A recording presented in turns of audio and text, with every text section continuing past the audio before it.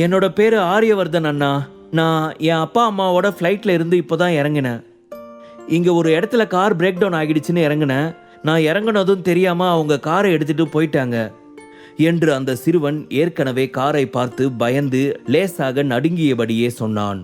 கவலைப்படாதீங்கண்ணா, உங்க காரை நான் சரி பண்ணி கொடுக்குறேன் என்று சொன்ன விக்ரம் அந்த கூட்டத்தை திரும்பி பார்த்தான். கடவுளே, நம்மளுக்குனே தான் வருவானுங்களா இவனுங்க? இந்த மாதிரி வேஸ்ட் ஃபெலோஸ் எல்லாம் எதுக்கு ரோட்ல நடந்து வருது? இப்ப பாரு, இவங்களால நம்மளோட ரேஸ் மூடே ஸ்பாயில் ஆயிடுச்சு. மிட் நைட்ல கூட நம்மளால நிம்மதியா ரேஸ் விட முடியல என்று ஒரு ஆடம்பர லுக்கில் இருந்த இளைஞன் ஒருவன் சொன்னான். ஏய் ஹீரோ, நல்ல வேலை பண்ணுன. நீ மட்டும் குறுக்க வராம இருந்திருந்தா இந்நேரம் அந்த சின்ன பையன் எங்க காருக்கு அடியில நசுங்கி இருப்பான் என்று ஏளனமாக சிரித்தபடி அவர்களுடன் நின்று இருந்த ஒரு பெண் சொன்னாள். அவர்களுடைய வார்த்தைகளை கேட்டு விக்ரமிற்கு பயங்கரமான கோபம் வந்தது. அந்த சிறுவனின் மீது காரை மோத வந்தவன் நன்றாக குடித்து போதையில் இருப்பது பார்க்கும் போதே தெரிந்தது. விக்ரம் கோபமாக அவனை பார்த்து, நீ குடிச்சிட்டு வண்டி ஓட்டுறது நல்லாவே தெரியுது. ட்ரிங்க் பண்ணிட்டு வண்டி ஓட்டுறது சட்டப்படி தப்பு. இதுல ரேஸ் வேற விடுறீங்க. இது எவ்வளவு டேஞ்சர் தெரியுமா? இந்த சின்ன பையன் மட்டும் இன்னைக்கு செத்திருந்தா உங்களோட வாழ்க்கையே இங்கேயே முடிஞ்சிருக்கும் என்று கத்தினான். இது ஒன்றும் உன்னோட வேலை இல்லை. உன்னோட ஹீரோயிசத்தெல்லாம் வேற எங்கேயாவது போய் காட்டு. பார்க்க ஜோக்கர் மாதிரி இருந்துக்கிட்டு வந்துட்டான் நானும் ஹீரோ ஆகுறேன்னு. என் கார் டயரோட விலை இருக்குமா அவனோட உசுறு? இந்த சின்ன பையனுக்காக என்னோட காரை டேமேஜ் பண்ணியிருக்க. உனக்கு என்ன புத்தி கிட்டி கெட்டு போச்சா? இந்த மாதிரி ஆளுங்க எல்லாம் இருந்தா என்ன, செத்தா என்ன?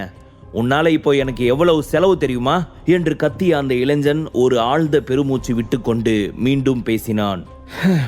சரி, நீ தான் குறுக்க வந்து அந்த பையனை காப்பாத்திட்டல, அப்புறம் என்ன? உன்னோட அதிர்ஷ்டம், நான் பிரேக் பிடிச்சி நிறுத்திட்டேன். இல்லைன்னா நான் வந்த வேகத்துக்கு இந்த டாக்ஸியோட சேர்ந்து 4 பேரும் காத்துல பறந்துருப்பீங்க. ஒழுங்கா வாயை மூடிக்கிட்டு இந்த இடத்துல இருந்து வெளியே போங்க என்று மீண்டும் கோபத்தில் விக்ரமை பார்த்து கத்தினான். விக்ரம் கோபத்தை வெளிக்காட்டாமல், நீ இப்படி பேசுறதெல்லாம் சரியில்லை. உங்களுக்கு ரேஸ் விடணும்னா சிட்டிக்குள்ள இதுக்குன்னே நிறைய ட்ராக் இருக்கு. அங்க போய் உங்களோட திறமையை காட்டுங்க. இப்படி பப்ளிக் பிளேஸ்ல யாரு வேணாலும் எங்க வேணாலும் வரலாம் போலாம். அதை கேட்கறதுக்கு உங்களுக்கு எந்த உரிமையும் இல்லை. அதுவும் இல்லாம நீங்க எல்லாருமே குடிச்சிருக்கீங்க. குடிச்சிட்டு இப்படி காரை ஓட்டுறது ரொம்ப ரொம்ப தப்பு என்று சொன்னான். பார்க்க பஞ்சத்துல அடிபட்டவன் மாதிரி இருந்துட்டு எங்களுக்கே அட்வைஸ் பண்றியா? எங்களுக்கு அட்வைஸ் பண்றதுக்கு உனக்கு என்ன தகுதி இருக்கு என்று கோபமாக கேட்டான் அந்த இளைஞன். உடனே அவன் அருகில் மொட்டை தலையுடன் இருந்த ஒருவன் அந்த இளைஞனை பார்த்து, ஹரீஷ், அவனை விடு, அவன் ரொம்ப ரூல்ஸ் பேசுறான், அவனை நான் டீல் பண்ணிக்கிறேன் என்று சொல்லிவிட்டு விக்ரமின் முன்னால் வந்தான். நாங்க யாருன்னு தெரியுமா? முருகேசன் கார் கம்பெனி தெரியுமா உனக்கு? இந்த ரோடு ஒரு ப்ரொஃபஷனல் ரேஸ் ட்ராக்னு எல்லாருக்குமே தெரியும். கண்ணு இல்லாம சாகிறதுக்காக வந்த அந்த பையனை ஏதோ காப்பாத்திட்ட, அதோட மூடிட்டு கிளம்பணும். தேவையில்லாத அட்வைஸ் எல்லாம் பண்ணிக்கிட்டு வரக்கூடாது என்று கோபமாக முறைத்தபடி சொன்னான் அந்த மொட்டை தலையாள். அதை கேட்டதும் விக்ரமின் முகம் கோபமாக மாறியது. லம்போ, டேனிக்கு கால் பண்ணு. முருகேசன் கம்பெனி முதலாளி யாருன்னு கண்டுபிடிக்க சொல்லு என்று சொன்னான் விக்ரம். உடனே லம்போ அங்கே நின்றவர்களை எல்லாம் கோபமாக முறைத்தபடி தன்னுடைய போனை எடுத்து டேனிக்கு டயல் செய்தான். அங்கே நின்று இருந்த இளைஞர்கள், இளம் பெண்கள் எல்லோருமே பணக்கார குடும்பத்தை சேர்ந்தவர்கள் என்பது பார்க்கும் போதே தெரிந்தது.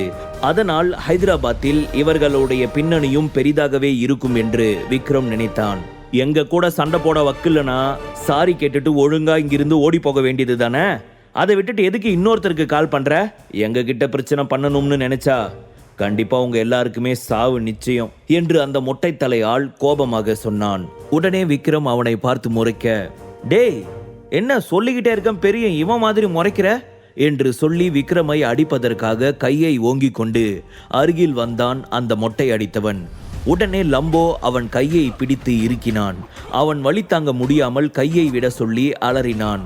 லம்போ அவன் முகத்தில் ஓங்கி ஒரு குத்துவிட்டு அவனுடைய மார்பில் பலமாக எட்டி உதைத்தான். அந்த மொட்டை அடித்தவன் பறந்து சென்று அங்கே நின்ற இளைஞர்கள் முன்னால் விழுந்தான். அவன் முகத்தில் இருந்து ரத்தம் வடிந்து கொண்டு இருந்தது. அதை பார்த்ததும் அங்கே இருந்த எல்லோருமே பயங்கர அதிர்ச்சி ஆனார்கள். எல்லோரும் விக்ரமையும் லம்போவையும் பார்த்தபடி நின்று கொண்டு இருந்தார்கள். ஹரீஷ், எவ்வளவு தைரியம் இருந்தா அவன் நம்ம மேலேயே கைய வைப்பான்? உடனே அவன் அடிச்சு கொள்ளு என்று அடி வாங்கியவன் கீழே விழுந்து கிடந்தபடி அவனை பார்த்து கத்தினான். எங்க மேல கை வைக்கிறதுக்கு உனக்கு எவ்வளவு தைரியம் இருக்கும்? இந்த சின்ன விஷயத்துக்கு ஓவரா ரியாக்ட் பண்ணிக்கிட்டு இருக்க. ஆமா, என்னோட தம்பி அந்த பையனை கார்ல மோத வந்தான். அதுக்கு என்ன இப்போ? உனக்கு என்ன பிரச்சனை? இதுல தலையிடுறதுக்கு நீ யாரு? மனசுல என்ன பெரிய ஹீரோன்னு நினைப்பா? அந்த சின்ன பையனுக்காக எங்களையே அடிக்கிறியா? இப்பவே நான் அந்த பையனை கொல்றனா இல்லையான்னு பாரு என்று ஹர்ஷிதா கோபமாக கத்தினாள். அவர்கள் பேச பேச விக்ரமின் முகம் இன்னமும் தீவிரமானது. அவர்கள் எல்லோருமே உண்மையில் குடித்துவிட்டும் போதை மருந்துகளை உபயோகித்துவிட்டும் ரோட்டில் ஒழுங்கற்ற முறையில் காரை ஓட்டி வந்தார்கள். அவர்களை பார்க்கும்போது விக்ரமிற்கு இயல்பாகவே கோபம் வந்தது. இருந்தாலும் தேவையில்லாத பிரச்சனை வேண்டாம் என்று நினைத்த அவன் அமைதியாக நின்று கொண்டு இருந்தான். ஆனால் அவர்களை பார்க்கும்போது கண்டிப்பாக இதை இப்படியே முடிப்பது போல தெரியவில்லை. விக்ரம் நின்று கொண்டு இருக்கும் போதே ஹர்ஷிதா கோபமாக காரில் ஏறி ஆக்சிலேட்டரை மிதித்தாள். ஸ்போர்ட்ஸ் கார் பெரும் சத்தத்தை எழுப்பிக் கொண்டு வேகமாக அந்த சிறுவனை நோக்கி மோத சென்றது. உடனே அந்த சிறுவனை கையில் தூக்கி கொண்டு அந்த இடத்தில் இருந்து விலகினான். கார் வேகமாக முன்னால் சென்று டக்கென நின்றது. சிறுவன் பயத்தில் உறைந்து விக்ரமையே இறுக்கமாக பிடித்து கொண்டான். எங்களை பார்த்தா எதுவும் செய்ய மாட்டோம்னு நினைக்கிறியா? எங்களோட பவர் என்னன்னு இப்போ உனக்கு தெரியும். இன்னைக்கு இங்கிருந்து எவனுமே உயிரோட போக முடியாது என்று கோபமாக சொன்னான் ஹரிஷ். அவனை பொறுத்த வரைக்கும் அவர்கள் 4 பேரும் பெரிய ஆட்களைப் போல தெரியவில்லை. ஏழையாகத்தான் தெரிந்தான். அவர்களை கொன்றாலும் அதில் இருந்து எப்படி சுலபமாக தப்பித்து வர வேண்டும் என்பது ஹரிஷிற்கு நன்றாகவே தெரிந்திருந்தது. என்ன கொஞ்சம் பணம் செலவழிக்க வேண்டியிருக்கும், ஆனால் அது அவனுக்கு ஒரு பிரச்சனை கிடையாது. முருகேசன் குடும்பத்துக்கு பெரிய பெரிய லாயர்ஸ் எல்லாம் தெரியும் என்பதால் எந்த பிரச்சனை வந்தாலும் அவர்கள் எளிதாக தீர்த்து விடுவார்கள் என்று அவன் நம்பினான். அங்கிருந்த எல்லோருமே விக்ரமை பார்த்து ஏளனமாக சிரித்தார்கள். விக்ரமும் மற்ற 3 பேரும் தங்களது காரில் மோதி இரத்த வெள்ளத்தில் தங்களிடமே உதவி கேட்டு வழியில் கதற வேண்டும் என்று ஹரிஷ் நினைத்து கொண்டு இருந்தான். முன்னால் சென்று நின்ற ஹர்ஷிதாவின் கார் மீண்டும் அதே வேகத்தில் விக்ரமை நோக்கி பின்னால் வந்தது. உடனே விக்ரம் அந்த இடத்தில் இருந்து விலகி கொண்டான். ஆனால் விக்ரமின் முகத்தில் எந்தவித சலனமும் இல்லாமல் அவர்களையே சாதாரணமாக பார்த்து கொண்டு நின்றான். அதை பார்த்து எல்லோருக்கும் ஆச்சரியமாக இருந்தது. இந்த தடவையும் மிஸ் ஆனதால் ஹர்ஷிதா கோபமாக கத்திக்கொண்டு மீண்டும் காரை முன்னோக்கி நகர்த்த முயற்சி செய்தாள். ஆனால் அதற்குள் லம்போ அங்கே வந்து அந்த காரை எட்டி உதைத்தான். உள்ளே இருந்த ஹர்ஷிதாவின் தலையை பிடித்து ஜன்னல் வழியாக வெளியே இழுத்து ரோட்டில் வீசினான். அவள் கீழே விழுந்து கையில் காயங்களுடன் வழியில் கத்தினாள். விக்ரமின் செக்யூரிட்டியை பார்த்து அங்கே இருந்த எல்லோரும் பயங்கர அதிர்ச்சியில் உறைந்து நின்றார்கள். லம்போ அவர்களிடம் காட்டிய பலம் மிகவும் பயங்கரமாக இருந்தது. அவன் காரை எட்டி உதைத்ததில் முன்பக்கமாக கார் அப்படியே நசுங்கி இருந்தது. எல்லோரும் அப்படியே பயத்தில் வேடிக்கை பார்த்தபடி நின்று கொண்டு இருந்தார்கள். ஹர்ஷிதாவை அடித்த லம்போவை பார்த்து ஹரிஷ் கோபமாக அவனுடன் சண்டை போட முன்னேறினான். எவ்வளவு தைரியம் உங்களுக்கு? எங்களையே அடிக்க வருவீங்க? என்னோட அப்பா யாருன்னு உங்களுக்கு தெரியுமா? சீனிவாஸ் முருகேசன். நான் என் அப்பா கிட்ட ஒரு வார்த்தை சொன்னா உங்க எல்லாரையும் இதே இடத்துல கொன்னு போட்டுருவாரு, பாக்குறீங்களா என்று ஹரிஷ் அவனை பார்த்து கத்தினான். கீழே விழுந்து கையில் காயங்களுடன் ஹர்ஷிதா அலறிக் கொண்டிருந்தாள். ஹரிஷ் கத்திக்கொண்டே அருகில் வர லம்போ வேகமாக அவன் கழுத்தை பிடித்து அழுத்தினான். அவன் மூச்சுவிட முடியாமல் லம்போவை தனது கையால் அடித்தான். ஆனால் லம்போவிற்கு எதுவும் சோதிக்காததை போல அசால்ட்டாக அவனை பிடித்தபடி நின்று கொண்டு இருந்தான். சார், இவனை என்ன பண்ணணும் சொல்லுங்க. நான் இதே இடத்துல இவங்க எல்லாருக்கும் பயம்னா என்னன்னு காட்டுறேன் என்று கோபமாக சொன்னான் லம்போ. விக்ரம் ஒரு ஆழ்ந்த பெருமூச்சை விட்டபடி லம்போவை பார்த்து, ஒருத்தனை அடிச்சா அவன் வழியில எப்படி கத்துவான்னு அவங்க எல்லாருக்கும் கத்துக்கொடு என்று கூலாக சொன்னான். லம்போ தலையை ஆட்டியபடி ஹரிஷை பிடித்து கன்னத்தில் பலாரென 2 அறை கொடுத்தான். முதல் அறையிலேயே அவனது பற்கள் தெரித்து வெளியே விழுந்தது. 2வது அடியில் வாய் முழுக்க ரத்தம் வழிந்து ஒழுகியது. அவன் தலையை பிடித்து கொண்டு நேராக காரின் அருகே இழுத்து சென்று அவன் தலையை வேகமாக காரில் அடித்தான். அங்கே இருந்தவர்களின் போதை எல்லாம் வியர்வையாய் முகத்தில் வழிந்து கொண்டு இருந்தது. ஒரு நிமிடம் எல்லோருக்கும் குப்பென வியர்க்க லம்போவை ஒரு பேயை பார்ப்பது போல பார்த்து கொண்டு நின்றார்கள். கீழே விழுந்து கிடந்த ஹர்ஷிதாவிற்கு என்ன செய்வதென்று தெரியாமல் தெரியாமல் பயத்தில் அப்படியே கிடந்தாள். ஹரிஷ் அடி வாங்கியதை பார்க்கும்போது அவளுடைய காயமெல்லாம் ஒரு பெரிய விஷயமாகவே தெரியவில்லை. அங்கே இருந்த எல்லோருமே பயத்தின் உச்சத்தில் இருந்தார்கள். விக்ரம் மெதுவாக திரும்பி தன் கையை இறுக்கமாக பிடித்திருந்த ஆரியவர்தனை பார்த்தான். அந்த சிறுவன் பயத்தில் நடுங்கிக் கொண்டு இருந்தான். விக்ரம் லேசாக சிரித்தபடி அவனை பார்த்து, அதை பார்த்துலாம் பயப்படாத.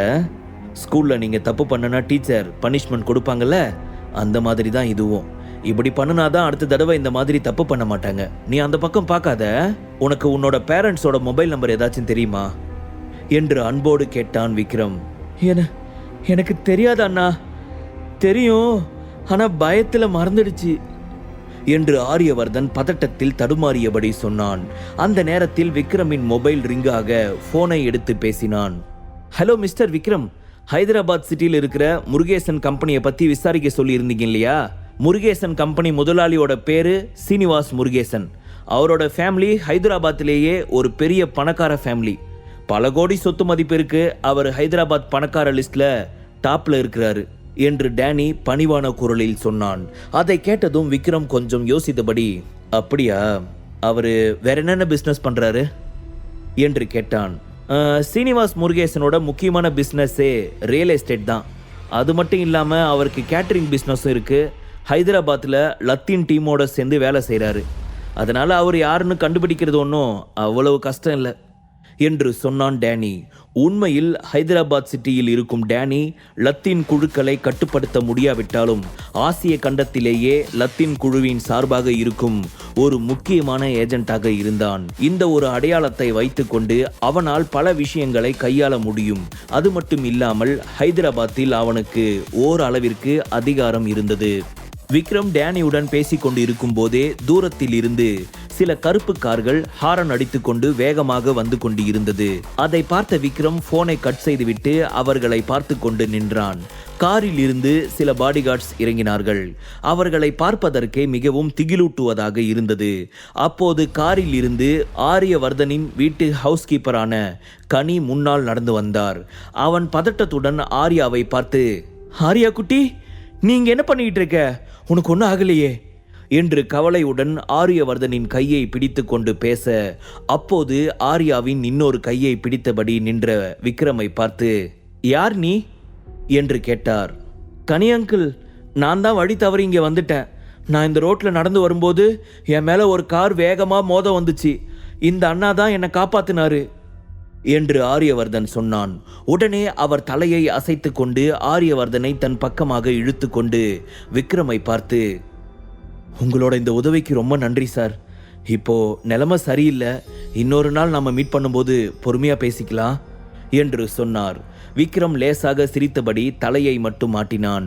உடனே கனி தன்னுடன் வந்த பாடிகார்ட்ஸை எல்லாம் பார்த்து, இந்த முட்டாள் நாய்களையும் அவங்களோட கார்களையும் உடனே சீஸ் பண்ணுங்க, அவங்க எல்லாருமே பிடிச்சு வண்டியில் ஏத்துங்க என்று கோபமாக சொன்னார். உடனே சில பாடிகார்ட்ஸ் வந்து அங்கே நின்ற எல்லாரையுமே அடித்து வெளுத்து உட்கார வைத்தார்கள். அவர்கள் ஹர்ஷிதாவையும் விட்டு வைக்கவில்லை. லம்போவின் கைகளில் அடிவாங்கி மயங்கும் நிலையில் இருந்த ஹரிஷை இன்னமும் லம்போ விடாமல் திரும்பி விக்ரமை பார்த்தான். அவன் ஏதாவது உத்தரவு கொடுப்பான் என்று காத்து கொண்டு நின்றான் லம்போ. விக்ரம் லம்போவை பார்த்து, அவனை விட்டு என்று கண்களாலேயே சொன்னான். உடனே லம்போ அவனை அப்படியே விட்டுவிட்டு விக்ரமின் அருகில் வந்து நின்று கொண்டான். ஹரிஷால் நிற்கக்கூட முடியாமல் அப்படியே பாதி மயக்கத்தில் கீழே விழுந்தான். உடனே அங்கே வந்த சில பாடிகார்ட்ஸ் அவனை அப்படியே பிடித்து தூக்கி சென்று காரில் போட்டார்கள். அவர்களை எல்லாம் பார்க்கும்போது ஆரியவர்தனின் குடும்ப பின்னணியும் மிக பெரியதுதான் என்று விக்ரம் புரிந்து கொண்டான். ஹவுஸ் கீப்பர் கனி திரும்பி விக்ரமையும் லம்போவையும் பார்த்தார். அவரது முகத்தில் ஏதோ ஒரு மர்மமான வெளிப்பாடு தோன்றியது. லம்போவின் அடியை பார்த்ததும் விக்ரமும் ஒரு சாதாரண ஆள் இல்லை என்பதை அவர் உணர்ந்தார். இந்த இரண்டாம் தலைமுறை பணக்கார இளைஞர்கள் குடித்துவிட்டும் பார்ட்டி, கார் ரேஸ் என்று வாழ்க்கையை தொலைக்கிறார்கள். கிட்டத்தட்ட விக்ரமும் அவர்களின் வயதில் இருந்து சில ஆண்டுகளே மூத்தவனாக இருந்தான். ஆனால் அவனுடைய பாணி முற்றிலுமாக வேறு மாதிரியாக இருந்தது. அங்கே இருந்தது எல்லாம் பணக்கார குடும்பத்தை சேர்ந்த இளைஞர்கள் என்று தெரிந்தாலும் விக்ரம் தைரியமாக அவர்களுடன் சண்டை போட்டான். அதையெல்லாம் நினைக்கும் போது கனிக்கு ஆச்சரியமாக இருந்தது. அவர் இன்னமும் விக்ரமின் மீது இருந்த பார்வையை விலக்காமல் அவனையே பார்த்து கொண்டிருந்தார். முழு கதையையும் கேட்டு மகிழ பாக்கெட் எஃப்எம் ஏபி டவுன்லோட் செய்யுங்கள். லிங்க் டிஸ்கிரிப்ஷனில் கொடுக்கப்பட்டுள்ளது.